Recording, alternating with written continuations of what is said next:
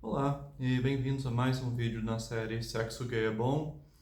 Eu estou retomando a série depois de deixá-la parada por um tempo, porque decidi finalmente transformar o meu longo argumento que tenho desenvolvido nessa série de vídeos em um livro. E ao montar o livro, eu percebi que tinha alguns assuntos que eu queria ter tocado que eu acabei deixando lá de fora. E então vai ter mais alguns vídeos nas próximas semanas. E espero que seja do interesse de todos. E quando o livro estiver pronto, vocês vão ficar sabendo por aqui também. E o tema da vez agora é sexo gay e castidade.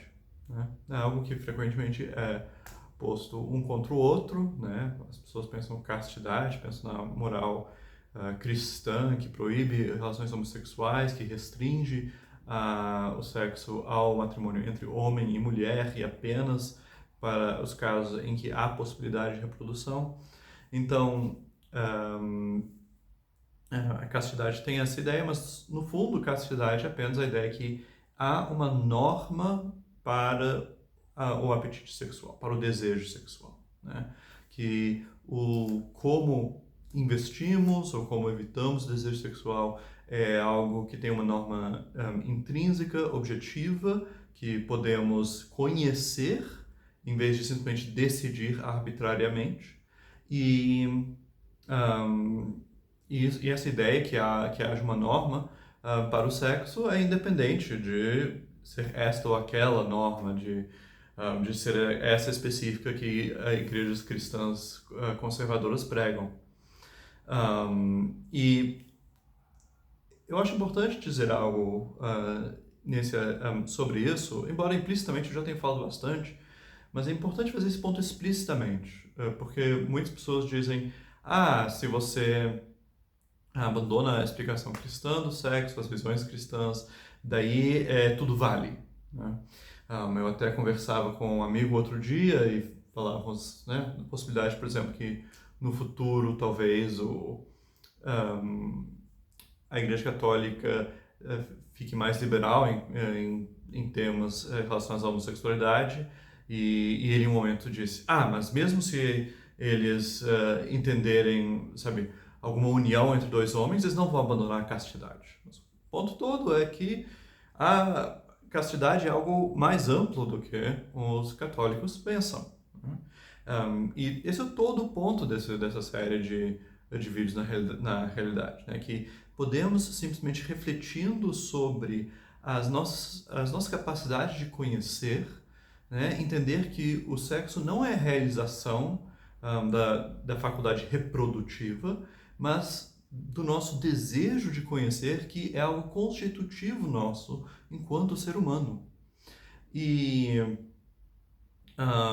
isso, então, é algo que não só esclarece o sexo, mas também estabelece uma norma para o sexo, porque se sexo é conhecimento, então o sexo que proporcionar o melhor tipo de conhecimento vai ser o melhor sexo. Agora, isso não quer dizer que outras formas de sexo sejam horríveis e que elas não vão, sabe, que elas vão te mandar para algum tipo de inferno, alguma coisa assim. Absolutamente não. É apenas que se aí você tem uma ideia de o que é sexo, você tem uma ideia de o que seria sexo ideal e sexo menos ideal. Né? Então, por exemplo, eu já mencionei isso. Né? Então, por exemplo, como essa capacidade de nós não só sentirmos o toque e, um, e o som e a vista do outro como algo exterior, mas também interior, é maior quanto mais íntimo que a gente for com a pessoa, porque daí a gente sabe melhor o que é aquele toque, o que aquela mirada quer dizer para ela. Então, está estabelecido que um sexo mais íntimo com a pessoa com a qual temos mais intimidade vai ser um sexo que nos traz mais conhecimento. E por isso, na medida que ele é a realização das nossas capacidades cognitivas, daí isso também nos dá uma norma. Fora isso, podemos dizer também que isso explica por que o sexo forçado, né, estupro, é sexo pior. Né? Estupro, em primeiro lugar, errado por ser violento, né? Por ser uma violência, algo que você força outra pessoa a fazer.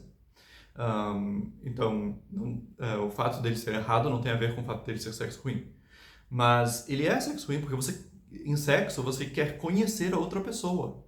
E se você força a outra pessoa a fazer algo que ela não quer, ela não está se manifestando, ela não está se revelando para você, você não está conhecendo ela, você está forçando ela.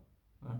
Então, nesse sentido, o fato de que em formas violentas de sexo você impõe sua vontade sobre a outra pessoa, isso significa que você a conhece menos. Né? E dessa maneira você não está realizando a natureza do sexo enquanto conhecimento. E com as devidas ressalvas que eu já falei do lugar que uma certa encenação de adoração, encenação de dominação, de uma vontade em dois corpos, pode ser uma realização maior do sexo. Mas justamente por isso, pelo fato que ele é encenação, ele não chega a se realizar plenamente. Também falamos nesses vídeos de como é importante a memória, né? Para algo virar conhecimento, a gente não pode esquecer dele, né? Ele tem que se sedimentar no nosso corpo de memórias, como eu chamei, e algo fundamental para isso é que a gente se identifique com o sexo, né? Que a gente possa dizer, isso é o que eu quero, isso é o que eu estou fazendo, isso faz parte da minha vida, isso faz parte da minha narrativa de vida, de como eu me explico e como eu me explico para os outros. E então, isso também, de novo, né? Então, sexo consciente, sexo em que estamos alertas, realiza isso melhor, né?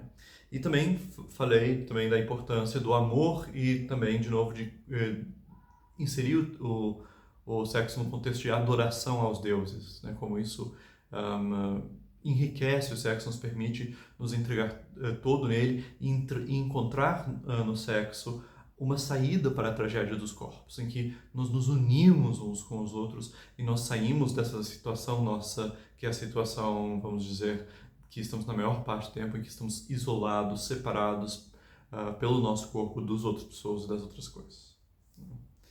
E então, tudo isso para dizer que o relato do sexo como a realização das nossas capacidades cognitivas, ele traz em si certas normas sexuais e que então ele traz em si uma certa ideia de virtude sexual ou castidade. E na realidade ele nos permite virar a mesa, né? Na medida em que é da natureza do sexo ser uma realização das nossas capacidades cognitivas e que, como eu expliquei no vídeo sobre sexo e semente, que a ejaculação e a produção, né, a reprodução, é algo que acontece pela própria perfeição do sexo, não como uma intenção dirigida a esse fim. Então, quem exclui a parte cognitiva do sexo, quem exclui essa tendência natural de preencher na nossa vida, quem foca exclusivamente na reprodução, que não é o caso da maior parte dos cristãos, mas que tem alguns que vão bem nessa linha, essas pessoas que têm o sexo desordenado, porque estão tirando ele de seu fim natural, que seria o conhecimento, para um fim acessório, que seria a reprodução, né? Estão literalmente fazendo do sexo, que é algo que faz parte do nosso espírito, de nós enquanto conhecedores, em algo brutal, bestial, de mera reprodução, né?